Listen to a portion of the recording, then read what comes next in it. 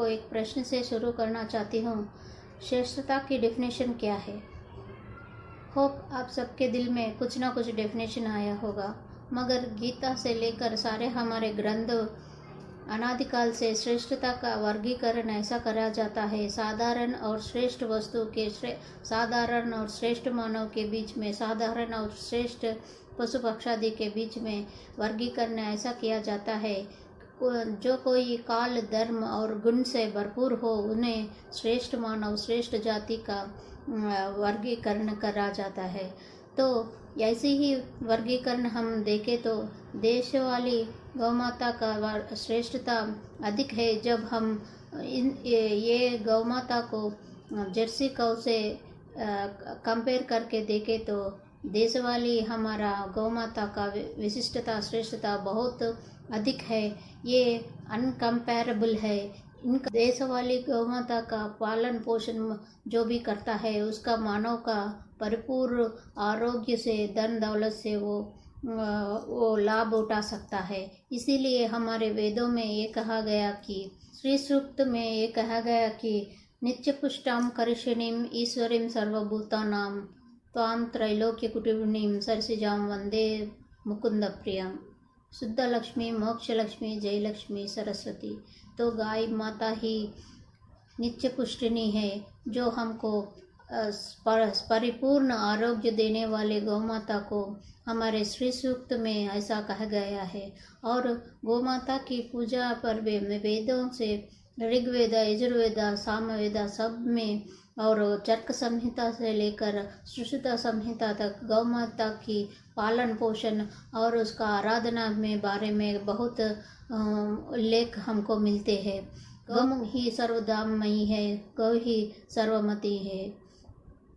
तो इससे ये पता चलता है कि हमारे देश वाली गौ माता का श्रेष्ठता आज नहीं, कई वेद काल से इसका श्रेष्ठता हमारे मानव जीवन के लिए लाभदायक है बोल के कह गए। मगर अफसोस की बात है हम रिलीजन का, ये आक्रांतकारों का ये देश पर आने का और हुकूमत चलाने के पर गौ माता का विशिष्टता रोज़ रोज़ कम हो गई है।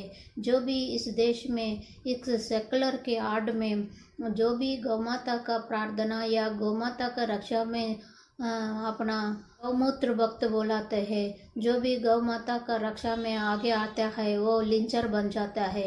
ये एक ही मोदी जी की एचपी की नफरत में ये लोग क्या बुद्धिजीवी और उदारवादी जी के क्या क्या फेक न्यूज़ ये सोशल मीडिया में, अपने प्रिंट मीडिया में कह रहे कि जो भी गौ रक्षा करने वाले हैं वो लिंचर बन जाता है।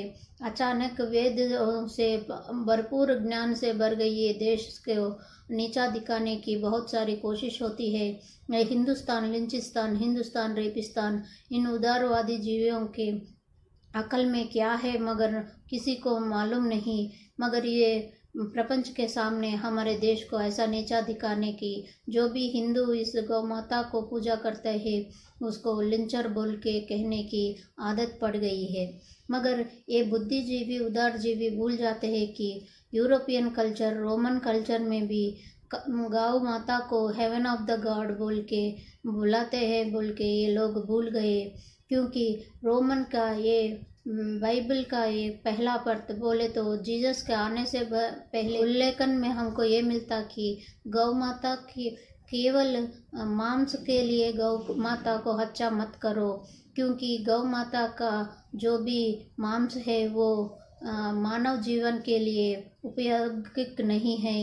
मगर गौ माता का दूध, दही, घी सब मानव जाति के आरोग्य के लिए लाभदायक है बोल के ये बाइबल में ही पहले ओल्ड टेस्टिमनी में ये कह गए। मगर ये सब भूल के मॉडर्न साइंस के आड़ में ये उदारजीवी जन विज्ञान केंद्र के ये खुद को बुद्धिजीवी कहने वाले ये लोग गौ माता को इस देश में, ये हिंदू देश में, ये वेदों से भरी, ये विज्ञान से भरी इस देश में गौ माता को निर्लक्ष्य करना, कहीं ये सेकुलर आर्ट में, मुस्लिम के अपीजमेंट में ये गौ माता का रक्षा के लिए कोई लॉ नहीं नहीं लाना, कोई रूल नहीं लाना, ये एक फैशन बन गया। जो भी इसके रक्षा में कुछ ला लाए तो सेकुलर के आड़ में उस लॉ को अपोज करना एक पारंपरिक हर रोज़ की डेली इनका रूटीन बन गई है। इस देश विरोधी ताकतों से ये गौ माता को मोदी जी कैसे बचा रहे हैं। इस लिंचिस्तान, रेपिस्तान, लिंचिस्तान हिंदुस्तान बन के ये टाइम पे मोदी जी गौ माता को कैसे रक्षा दे रहे हैं, कैसे इसका पालन पोषण का ध्यान रख रहे हैं, हम इस वीडियो में जानेंगे। और इस उदार जीवियों को भी जितना प्रश्न है उनका हम सब इस वीडियो में खुलासा करेंगे। फिर देर किस बात की। मैं हूँ सुधा रानी, आप देख रहे हैं just Bharat. Welcome to just Bharat.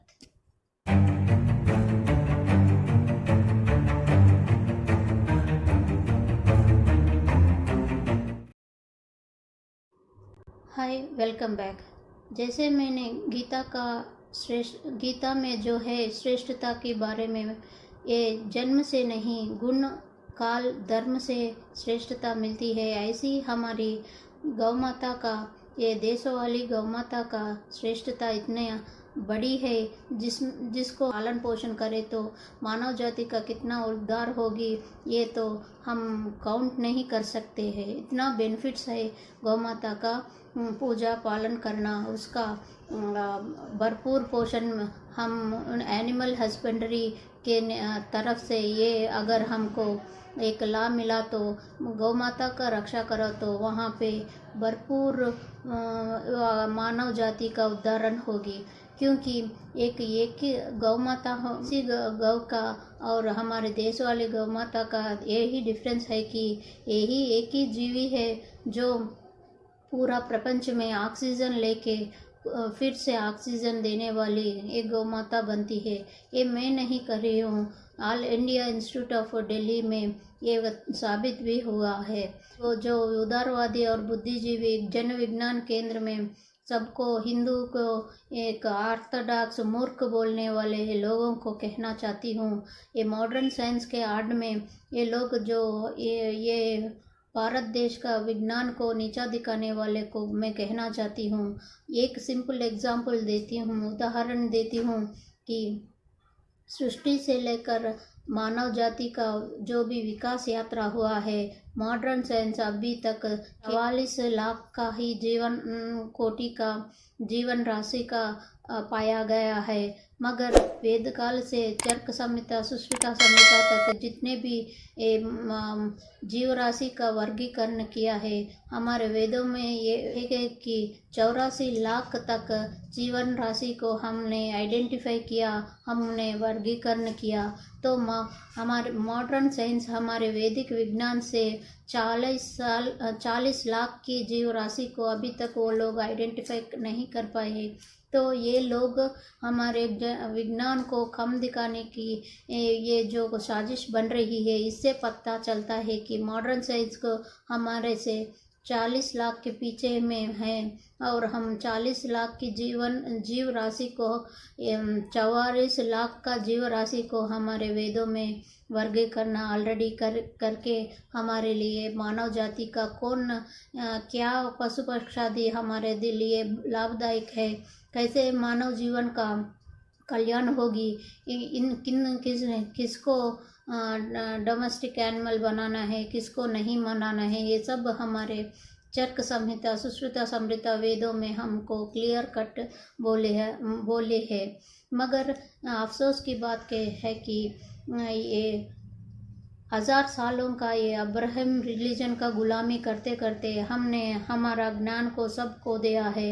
इसीलिए दयानंद सरस्वती जी ने कह गए हमसे कि गो बैक टू वेदास, वेदों में जाइए, वेदों में सारा विज्ञान है, वेदों ही आपका मानव कल्याण का जो भी रूल्स एंड रेगुलेशन होती है वो सब उसमें है बोल के गो बैक टू वेदास कहने वाले एक दयानंद सरस्वती का बात आज सच निकल रही है। क्यों all India institute of medical sciences Delhi ने एक बार देश वाले गाय में और जर्सी काऊ में टेस्ट किया। ये टेस्ट किया कि उनको पॉइजन दे के, विष दे के उसका टेस्ट किया, क्योंकि हम लोगों को ये जन विज्ञान वेदिका लोग बोलते हैं कि अगर गौ माता विष खा लिया तो हमको भी उनका दूध विष का रूप में आएंगे हमारे ये, क्योंकि ज़्यादातर मेट्रोपॉलिटन सिटीज़ में गौ माता का कहीं पे भी पशु पालन पोषण नहीं होती है। वो रोड्स में ही ज़्यादातर हमको पाया जाता है। तो जो भी वो अगर उसका खाना में प्लास्टिक और ये सब चली गई तो हमारे उस दूध में भी कल्ती होगी, उस दूध में भी विष पदार्थ का मिलन होगी बोल के लोग हमसे वादोपवाद करते हैं, आर्ग्यूमेंट करते हैं। मगर all Indian institute of medical sciences Delhi ने भी ये परीक्षा की कि देश वाली गाय माता के ऊपर जब विष दे के टेस्ट किया तो पहली बार फिर 40 दिन तक उसका टेस्ट करते रहे। मगर गौ माता जो भी दूध दिया उनका ब्लड में, गौ माता का ब्लड में, यूरिन में कहीं पे भी उस विष पदार्थ का मिलने का संभावना नहीं हुआ। तो ये लोग आश्चर्य हो गए कि पॉइजन तो हमने दिया तो मगर ये विष पदार्थ कहाँ पे है, इधर गौ माता का यूरिन में, नहीं तो यूरिन में आना है, नहीं तो ब्लड में रहना है, नहीं तो दूध में आना है। मगर ये सब नहीं हुआ।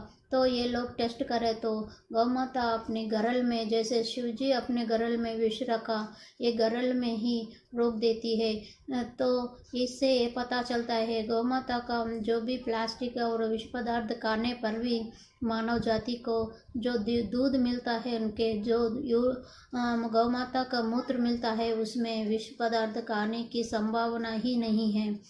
यही गौ माता का विशिष्टता, वो पॉइजन उनके गले में ही रह गई।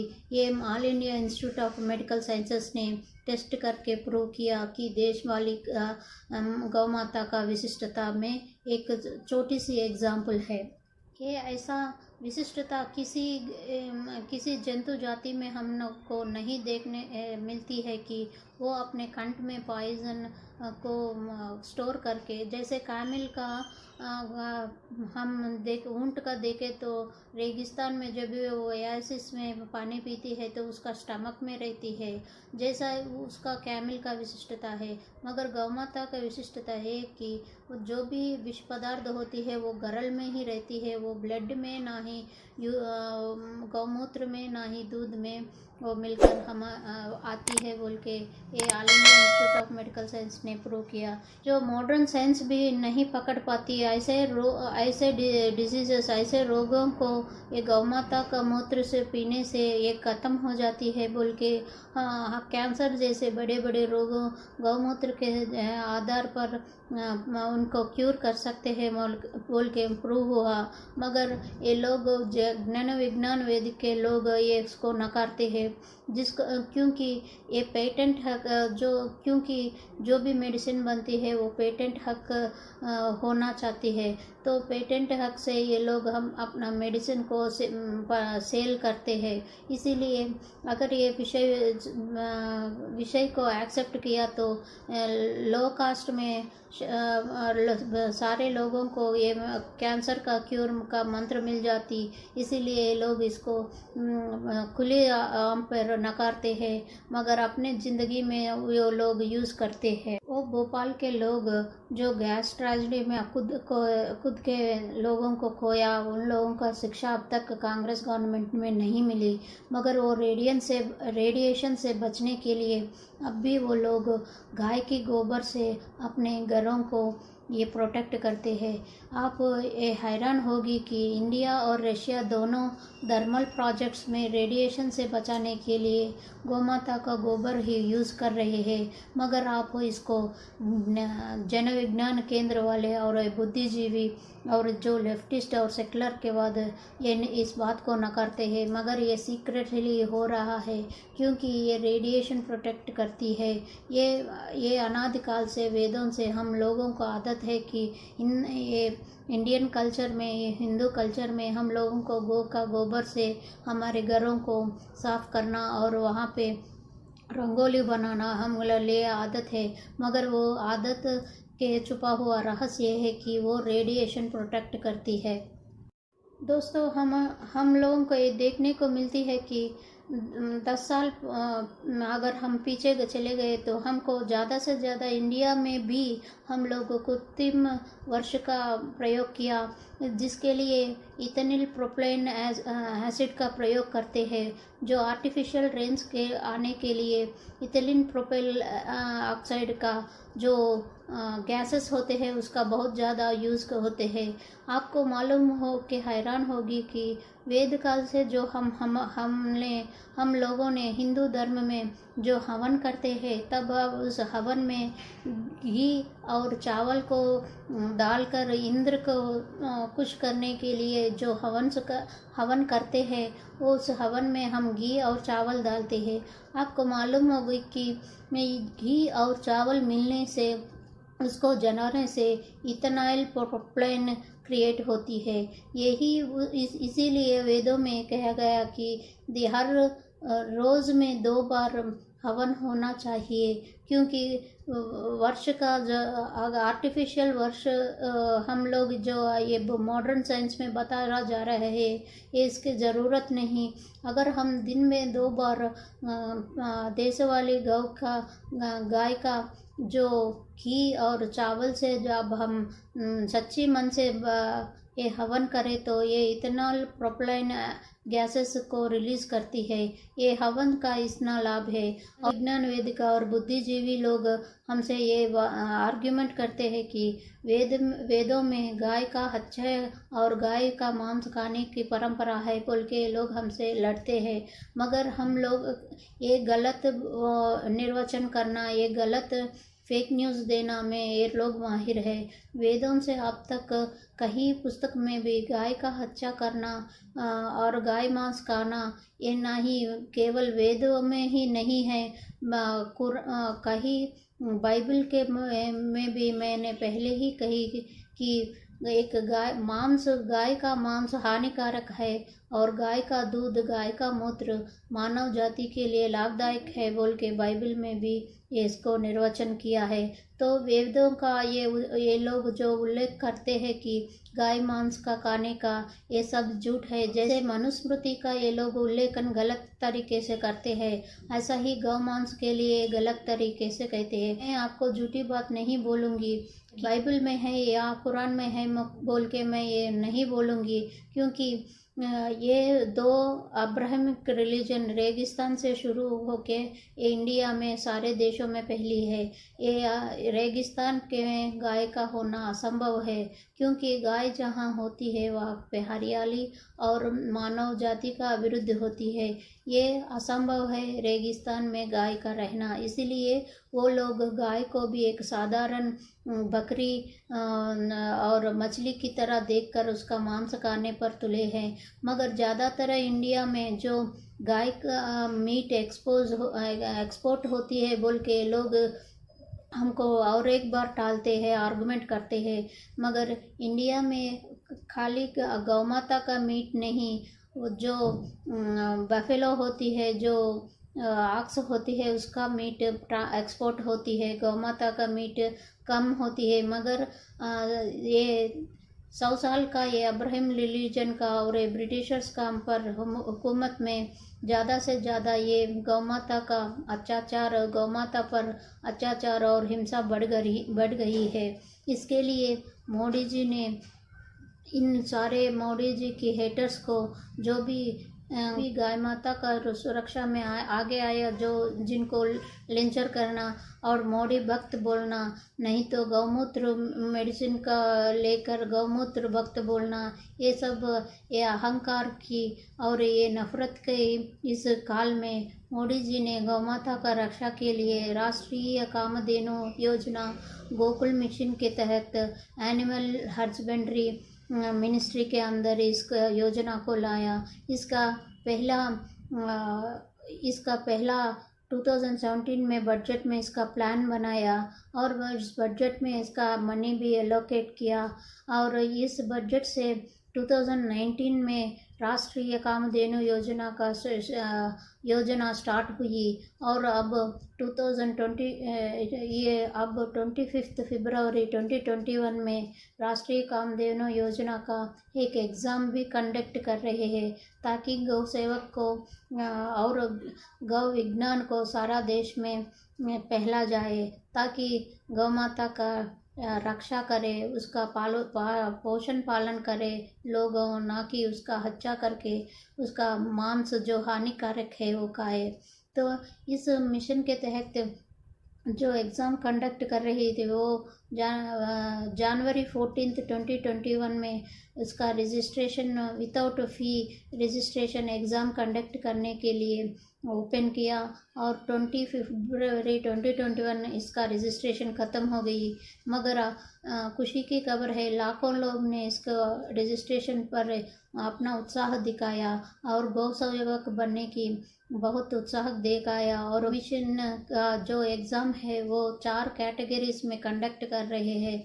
जो 8th क्लास तक है वो प्राइमरी लेवल का एक एग्ज़ाम कंडक्ट कर रहे हैं, 8th से 12th क्लास तक सेकेंडरी लेवल का एक एग्ज़ाम कंडक्ट कर रहे हैं और 12th से कॉलेज लेवल का एक एग्ज़ाम कंडक्ट कर रहे हैं। अगर हम जैसे आम नागरिक को भी पब्लिक एग्ज़ाम एक कंडक्ट कर रहे हैं ताकि गौ विज्ञान सारे देश में मालूम पड़े और इसका लाभदायक सारे लोग उठाए, ये इस मिशन का मेन एजेंडा है।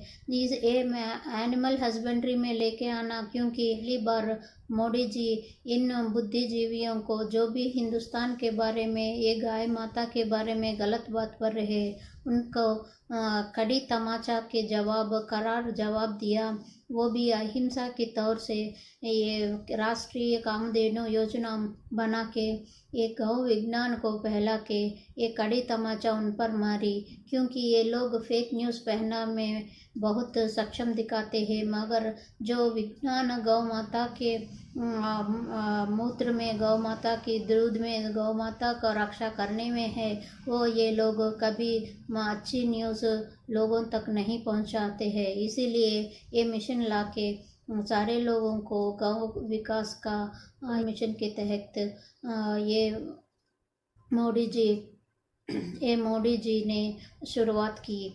तो ये गौ माता का ये एग्ज़ाम जो कंडक्ट कर रहे हैं उसी दिन 25 फरवरी 2021 को ही रिज़ल्ट आएगी और रिज़ल्ट के बाद जो भी मेरिट में हम पास हुए उनको प्राइज़ मनी भी मिलेगी। गौ सेवक से बनने से गौ पालन पोषण का ज्ञान सब पर बढ़ेगी। हम अब धैर्य से गौ माता का रक्षा करने के लिए हम आगे बढ़ सकते हैं, क्योंकि इसके जो भी राष्ट्र गौ माता के रक्षा में जो भी कानून लाया, उस कानून लोग को लकारने वाले एएसपी बीएसपी और ये सेकुलर पार्टी जो भी कितने हैं वो लोग नकारते हैं, क्योंकि इन लोगों को मुस्लिम वोट से नहीं आने का डर है। इसलिए सेकुलर आर्ट में गौ माता का रक्षा के लिए अब तक कोई ना ही कोई उस पशुपालन पोषण के तहत उसको रक्षा करने का कोई कानून नहीं लाया, मगर पहली बार मोदी जी ऐसा कानून ला के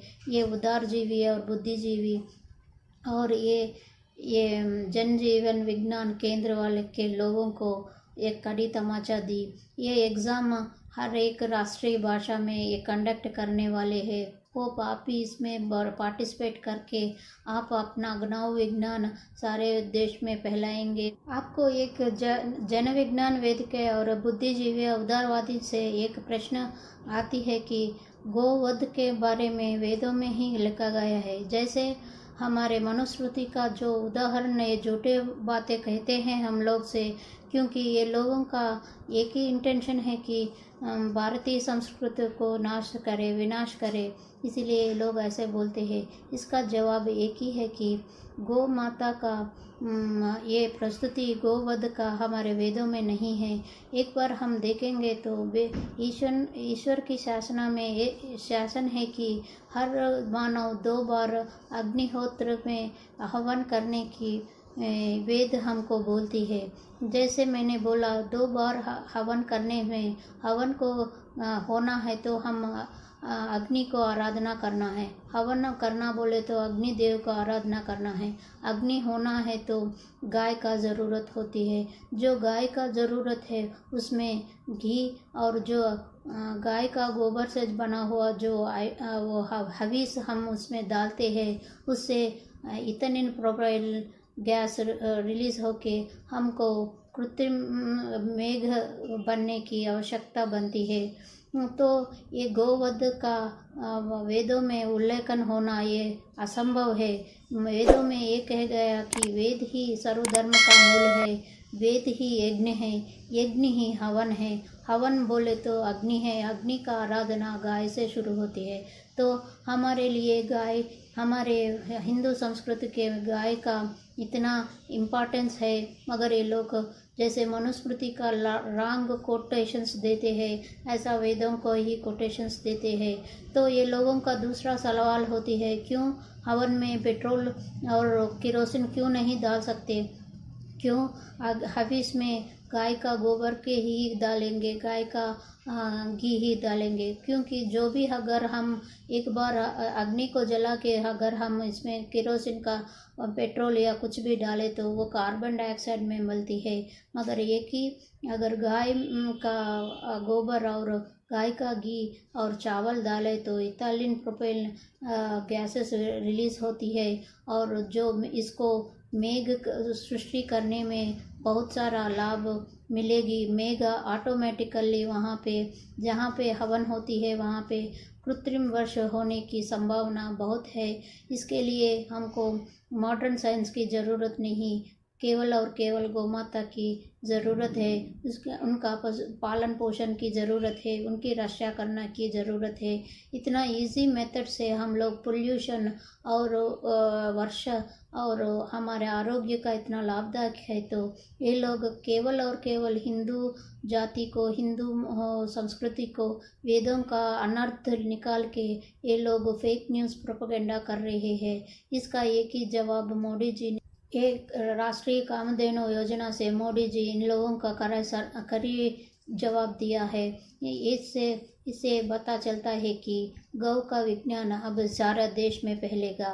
ये भी मैं आशा करती हूँ आप भी गौ का पूजा पालन पोषण करेंगे और खुद का आरोग्य और देश का अभिवृद्धि के लिए ये आप लोग भी अपना पार्टिसिपेशन देंगे, कंट्रीब्यूशन देंगे बोल के मैं आशा व्यक्त करती हूँ। इसी के साथ मैं आपसे लेती हूँ अलविदा। होप आप सबको ये वीडियो अच्छा लगी तो लाइक कीजिए, कमेंट कीजिए, शेयर कीजिए। फिर एक वीडियो में मिलने तक जय हिंद, जय भारत।